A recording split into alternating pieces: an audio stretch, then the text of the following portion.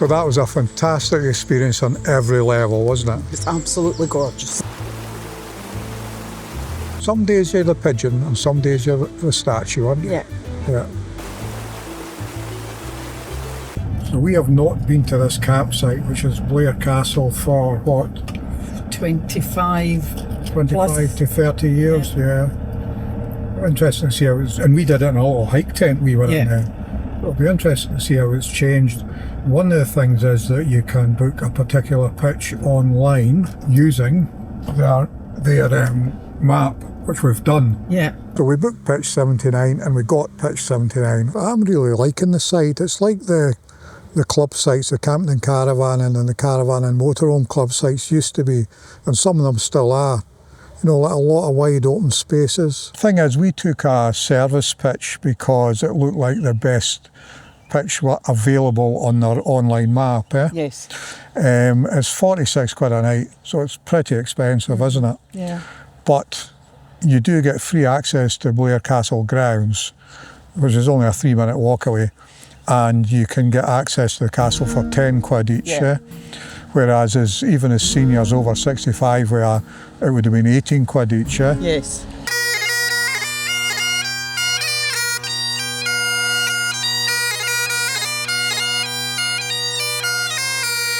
So Blair Castle was interesting enough, wasn't it? Yeah, it was okay. Good. Yeah. And we got it a bit cheaper.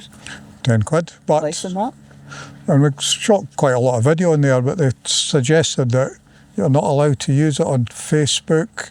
Well, social media. So nice to have the awning out to keep the sun off rather than the rain in Scotland, isn't it?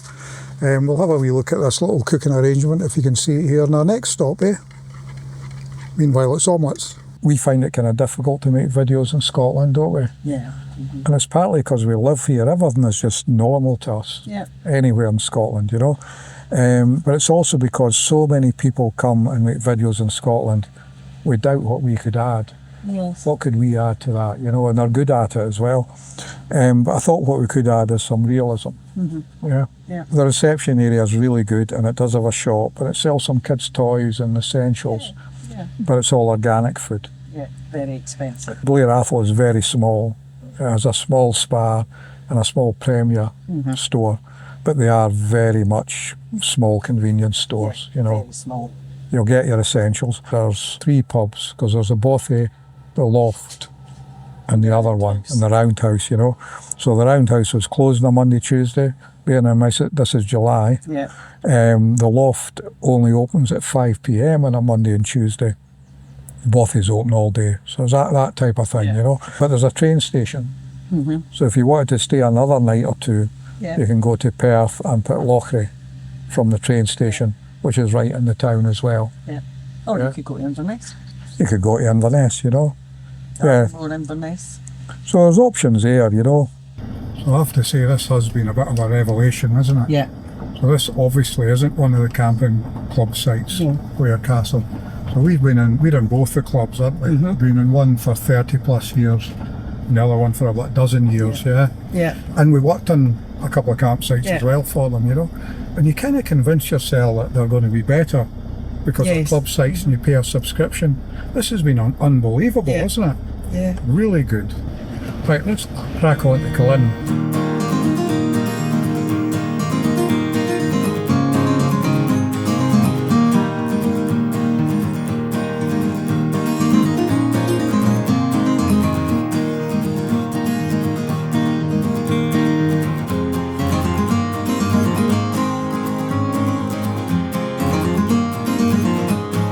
Right, so let's go for a wee wander and have a look at the reasons we keep coming back to Killin. So for one thing, the campsite's right in the riverside, which is lovely, isn't it? Yes. But scenery is not really our prime reason for coming here, because we're surrounded by it anyway. First pub, 6 minutes walk away from the site. And ironically, it's right next to the church. If you like to mix things up a bit. The village hall, it quite often does events, fish and chips and pizza. Co-op supermarket's a 12-minute walk from the site, and it's a decent sized one. And then it's only another, 10-minute walk to the far end of the village where the falls are, which is what everybody comes to see, really. 22 minutes total campsite to the far end. Yeah. And it is a lovely scenic little village, isn't it? Yeah. Yeah, lots of little eateries and shops. And I've never heard anybody say a bad word about any of them, really, you know. Yeah. So when it's the height of summer, we tend to come here, the River Inn, because it's just a little bit quieter than the inn at the falls. And the River Inn has this lovely little seating area right by the riverside. Now the people who have it now have spent time in Greece, and the menu is kind of Greek themed. And we had meatballs yesterday, proper meatballs, pork and beef mince mix, and the tomato based sauce that was with it, phenomenal. Best I've ever had, I think. And the falls, of course, are what people really come to see. This is downstream, and the River Inn is just behind that little grass roof building there. So we tend to come to the Falls of Dochart Inn when it's off season, Rona, because it can get a bit mental in the summertime. It is lovely though, and I love to imagine the travellers that must have stopped here. Where we're hopefully going today is the smokehouse, which is behind the inn at the falls there, Falls of Dochart Inn. To sample some of theirs. Oh, I can smell it from here. Smoked food. Smells fantastic, doesn't it? Smoked fish.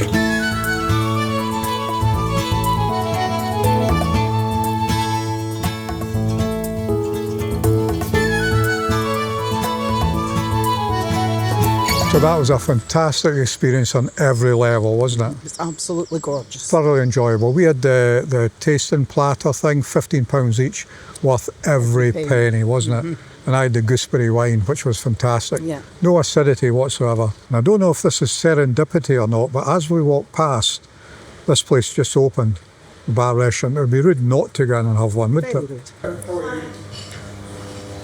I always call this my seat, because when I sit in it, I want to make proclamations. I've always wanted to sit here and have a beer, because you can imagine the number of travellers that have sat here and done the same thing outside this inn. Eh? Some days you're the pigeon, and some days you're the statue, aren't you? Yeah.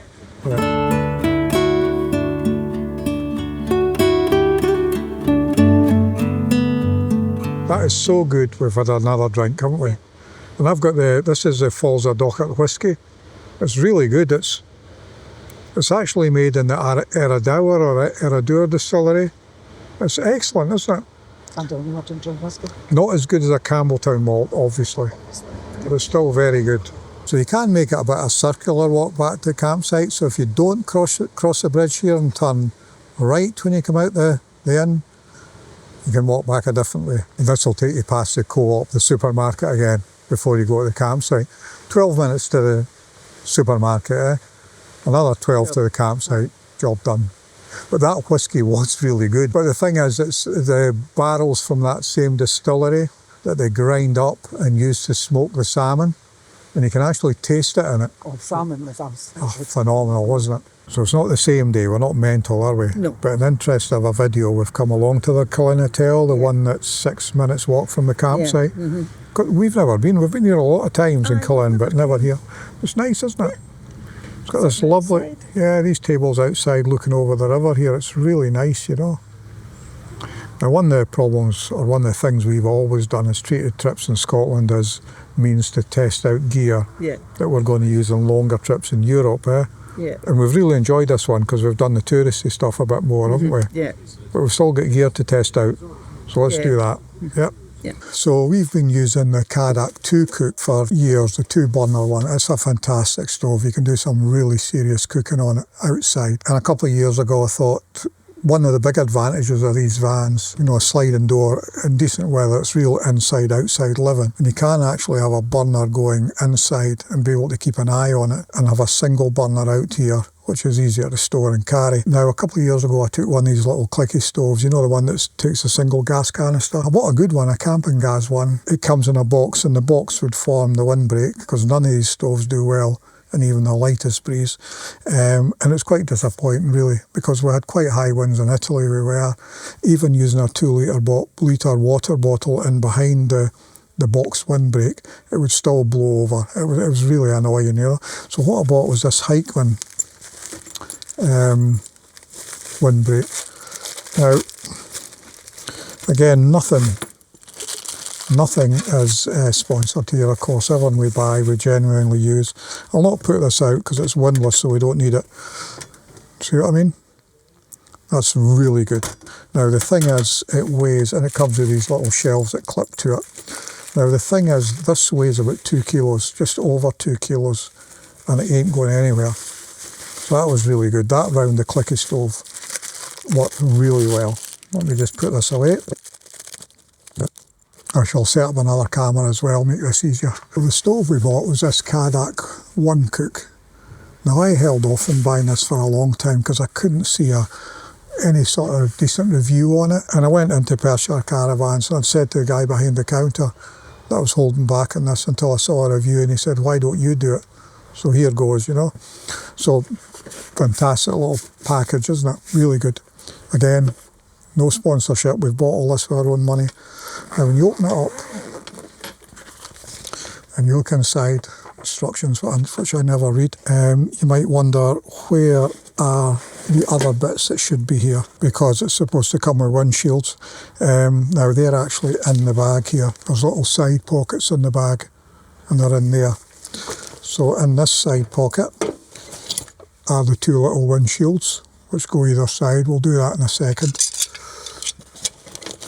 In this pocket is the handle for the flat plate that we'll look at in a minute, but also the quick connector connection. So you turn it up on its side, if you can see that. This little cap protects the threads, and you need to keep that in my opinion. And then the quick connector just goes on there now. It's reverse thread, of course, being gas. And also in the little pocket on the side is a little spanner to tighten it, which is really useful. And it comes with a quick connector, which is really good. Now, all our hoses already got this quick connector on it, so I don't need that. And obviously you can connect your gas to that. So inside, a ring to take any pot you want. Now we're using a 24 centimetre pan in this. It's been really good.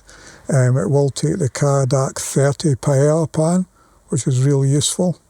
Coffee pot maker thing, which we never use, you know. So on the bottom of the box here is the flat griddle plate, protected like that. Really good. And that just, because this one's got legs, it just sits on top there. And obviously your handles here. Now I've actually also bought, this is a Cadac Paella Pan 30 incidentally, which is a great pan. I've also bought the serrated griddle plate, which comes packaged like this. Anything Cadac's good, as you know.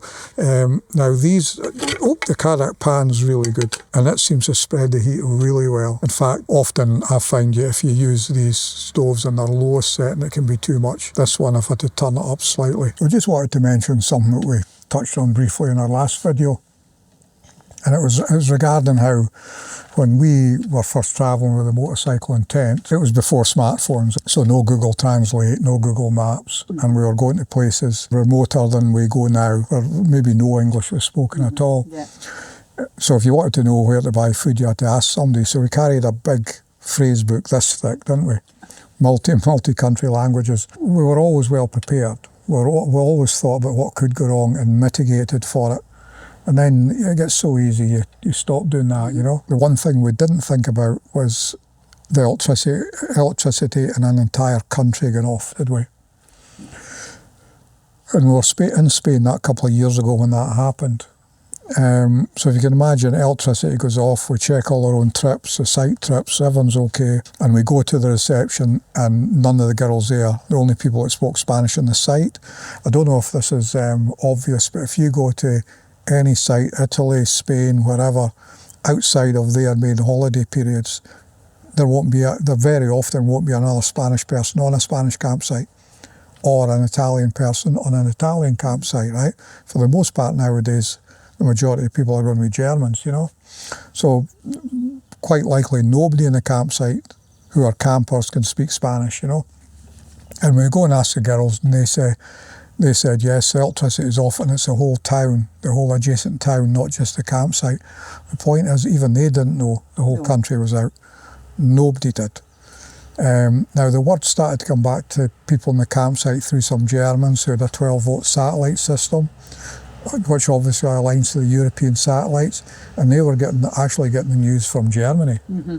That this massive power cut. Also, nobody had a clue what had caused it. Nobody had a clue when the electricity was going to come back on, and that the Spanish authorities were talking about calling out the military. Yeah. And at that point, you're sitting on the site going, well, what happens if it's off for 24 hours, you know? you're thinking, I'm glad I filled up with fuel, because I've got enough fuel to get back to the ferry. Now, bearing in mind, some of the fuel stations couldn't pump fuel.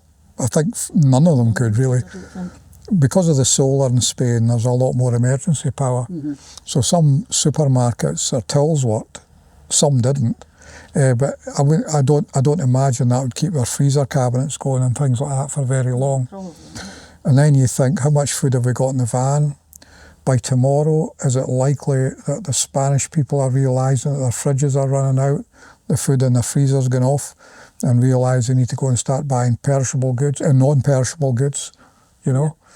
How long before the supermarkets are getting stripped bare? Remember COVID, you know? So that's the kind of things that run through your mind. Now, we were lucky.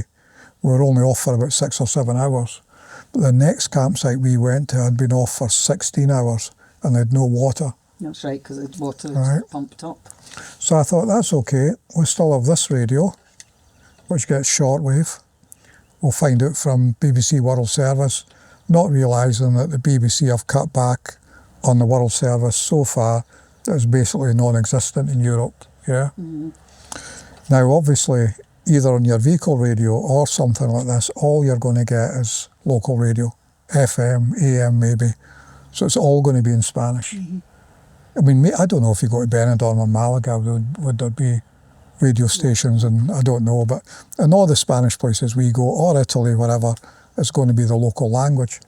So I thought, well, that's okay, Google Translate. I'll hold it up to the phone. I could understand enough from the Spanish news that the tempo of the newsreaders' voices told you something serious was going on, and that they were talking about calling out the military, that this was starting to look serious, you know. Anyway, holds my phone up to here, Google Translate, voice translator, nothing. Because Google Translate won't work with no phone signal unless you download the language you're trying to translate to onto your phone. Now, I didn't know that. No. I didn't know that. As soon as the electricity and the phone signal came back up, I downloaded Spanish onto my phone. And when we travel through Europe next year, I'll be downloading every language onto my phone. Yeah. Because Well, you just never know. well, you think, could it happen again? Well, we didn't think it could happen the first time, you know. Because it was all of Spain, Portugal, and some of France. A chunk of France, you know. As I say, we were lucky. We were just outside Madrid. I guess they got that on faster. Yeah. But there was people in the campsite got stuck in Madrid because there was no trains. Exactly. No trains, no way out. The metros were down. I mean, it was serious stuff, wasn't it? It was frightening. So here we go, heading home via Glencoe, eh? Yeah.